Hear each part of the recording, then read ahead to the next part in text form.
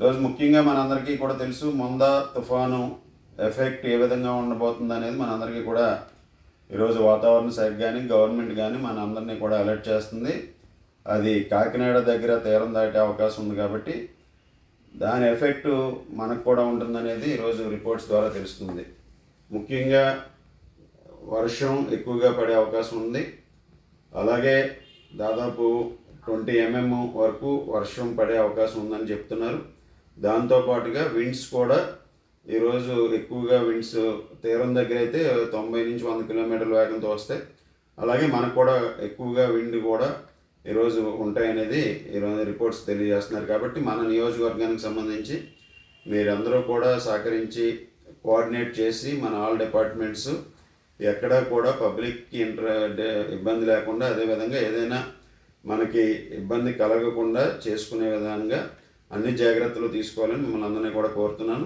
ముఖ్యంగా రెవెన్యూకి సంబంధించి ఎంఆర్ఓలు కానీ అలాగే రెవెన్యూ విఆర్ఓలు కానీ విలేజెస్లో ఎక్కడైతే లో లయింగ్ ఏరియాస్ ఉన్నాయో, ఎక్కడైతే ఇనాండేషన్ ఉండే అవకాశం ఉందో అటువంటి చోట్ల వాళ్ళందరినీ కూడా రీహాబిలిటేషన్ చేయటం, అలాగే రీహాబిలిటేషన్ సెంటర్స్ పెట్టుకోవటం, దాంతోపాటుగా వీళ్ళందరినీ అన్ని డిపార్ట్మెంట్స్ని కూడా కోఆర్డినేట్ చేసుకోవటం, అలాగే ఎండిఓలకు సంబంధించి మనకి విలేజెస్లో శానిటేషన్కి సంబంధించి ఇష్యూ లేకుండా చూసుకోవటం, అలాగే ఎలక్ట్రికల్ డిపార్ట్మెంట్కి సంబంధించి అన్ని మండలాల్లోనూ కూడా మనకి జేసీబీలు కానీ ఇతర ఏదైతే అవసరాలు ఉన్నాయో, ఎక్కడైనా గాలికి పోల్స్ పడినా చెట్లు పడినా ఇమీడియట్గా క్లియర్ చేసుకునే విధంగా మీరు తగిన ఏర్పాట్లు చేసుకోవాలని కోరుతున్నాను. అదేవిధంగా మెడికల్కి సంబంధించి మనకి ఎక్కడ ఇబ్బంది లేకుండా ఈ వాటర్ కంటామినేషను ఇటువంటి వాటి వలన ఏదైతే ఈరోజు దీని తర్వాత ఎఫెక్ట్ లేకుండా అందరికీ కూడా కావాల్సినటువంటి మెడిసిన్స్ దానికి సంబంధించినవన్నీ కూడా మేము మీ హాస్పిటల్స్లో కానీ మీ మెడికల్ సెంటర్స్లో కానీ ఉంచాలని ఈ సందర్భంగా తెలియజేస్తున్నాం.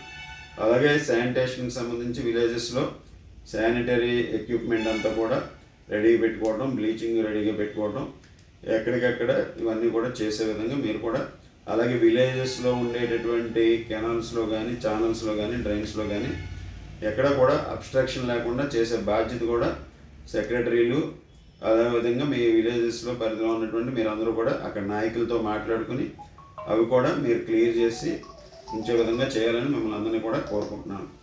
అలాగే ఆర్డబ్ల్యూఎస్కి సంబంధించి ఎక్కడా కూడా ఈరోజు తాగునీటి సమస్య లేకుండా మనం దానికి కావాల్సినటువంటి జనరేటర్లు పెట్టుకోవడం, ఎక్కడైతే సిపిడబ్ల్యూఎస్ స్కీమ్స్లో జనరేటర్స్ పెట్టుకుని, అలాగే విలేజెస్లో ఎక్కడైనా అవసరం ఉందో దానికి ఎక్కడైతే జనరేటర్స్ అవసరం అవన్నీ కూడా ఇన్ ప్లేస్ చేసుకుని రేపు ఎక్కడ కూడా వాటర్ ఇబ్బంది లేకుండా, అలాగే వాటర్ ట్యాంకర్స్ మనకి ఎక్కడెక్కడ ఏ విలేజ్లో ఎన్ని ఉన్నాయో అవన్నీ కూడా రెడీ చేసి పెట్టమనండి. ఎక్కడైనా అవసరమైతే మనం ఉపయోగించుకుందాం దాని విధంగా. అలాగే అగ్రికల్చర్కి సంబంధించి మీరు కూడా దాన్ని ఎప్పటికప్పుడు ఇవన్నీ కూడా చూసుకుని వాటర్ లెవెల్స్ ఇవన్నీ కూడా చూసుకుని ఎక్కడ అయితే ఇనాండేషన్ ఉంటుందో అక్కడ తగిన విధంగా చర్యలు తీసుకునే విధంగా మనందరం కూడా కోఆర్డినేట్ చేసుకుందామని తెలియజేసుకున్నాం.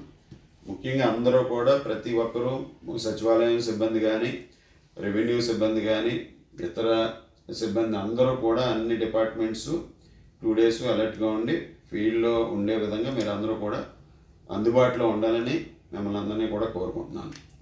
దీని ద్వారా మన నియోజకవర్గంలో ఎక్కడ కూడా చిన్న లీస్ట్ ఎఫెక్ట్ ఉండే విధంగా మనం ముందే అప్రమత్తమై ముందే దాన్ని కోఆర్డినేషన్ చేసుకుని దీన్ని అందరం కూడా ఈ తుఫాను సంబంధించినటువంటి పరిస్థితుల్ని ఎదుర్కొనే విధంగా ముందుకు వెళ్దామని తెలియజేసుకుంటూ అందరికీ కూడా మరొకసారి ధన్యవాదాలు తెలియజేస్తున్నాను.